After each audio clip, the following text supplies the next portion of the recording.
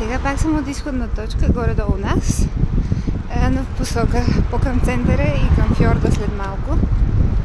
Тук вече става хубавата част. След секунди, след една минута ще мина покрай библиотеката, но ще ви кажа когато съм там. И после през павирания площад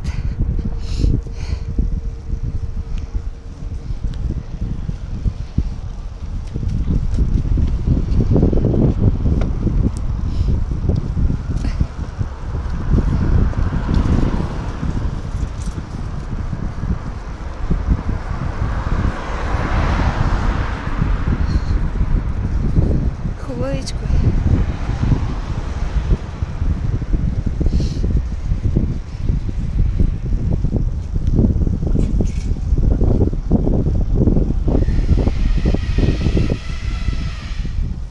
Ето е библиотеката. Тук то се пише Хове библиотек.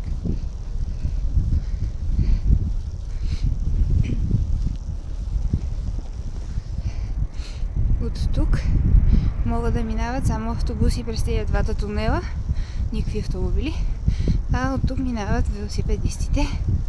Я да се забързам да хванем зеленото. Бързо.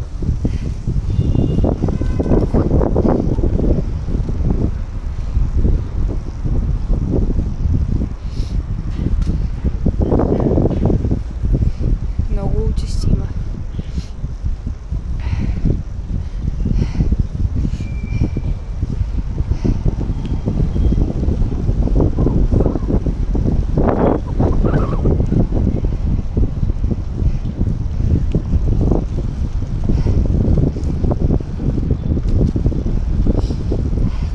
За мен е зелено.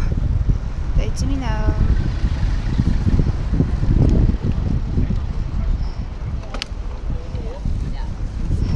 Но и другите хора също минават. Малко ремонт.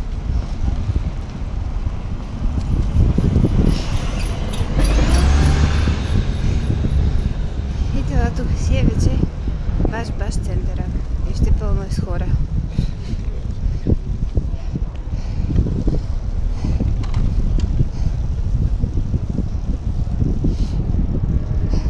Тук се намира също и лекаря ми. Ето там сградата от среща. Сега трябва да се съсредоточа.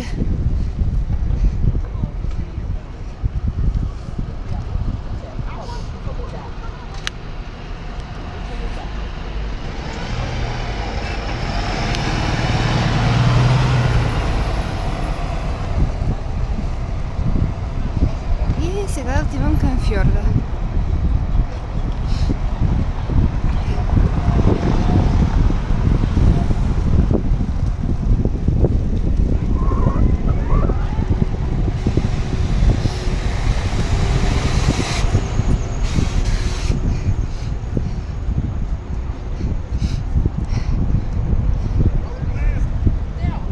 Тук ще сляза.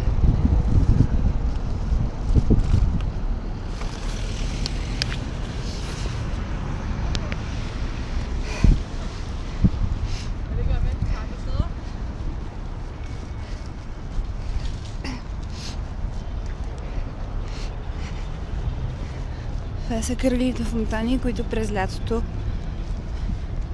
си работят и децата се къпат на тях. И това е банката.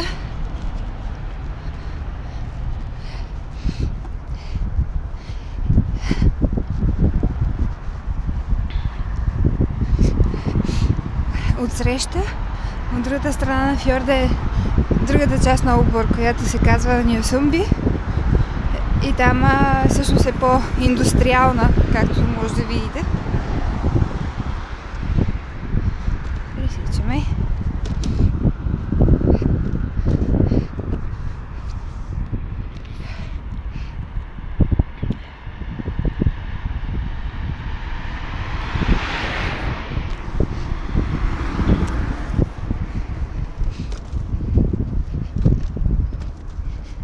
И така, тук на фьордчето е много хубаво да си седи човек, когато е топло. Разбира се.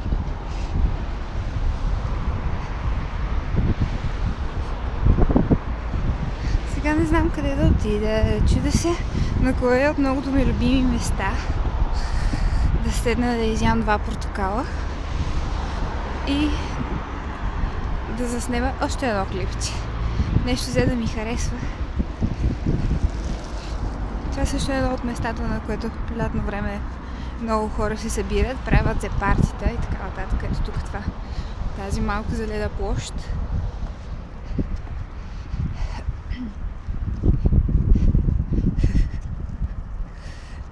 Случайно някой да не се оттрепе.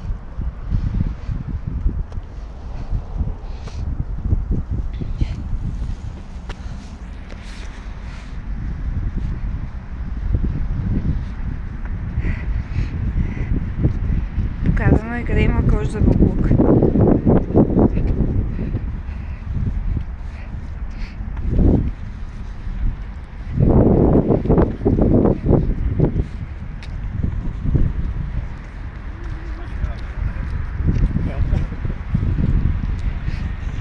Това е басейн всъщност, който просто е заградена част от фьорда и хората се къпят. Лятно време. Не знам как не умират от студ. Аз съм пробвала само веднъж и не беше яко.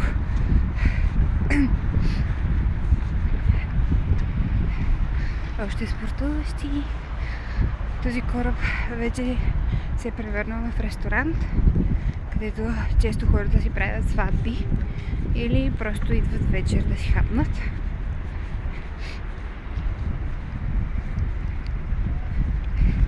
И тук има също една площадка с баскетболни кошове,